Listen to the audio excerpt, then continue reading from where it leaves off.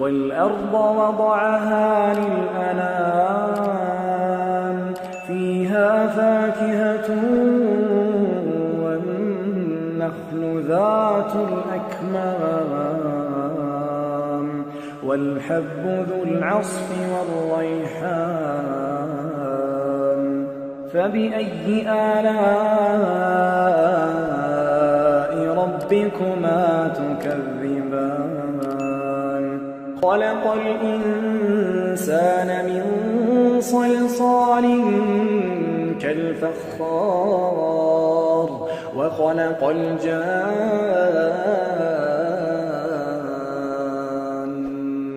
مِنْ مَارِجٍ مِنْ نَارٍ فَبِأَيِّ آلَاءِ رَبِّكُمَا تُكَذِّبَانِ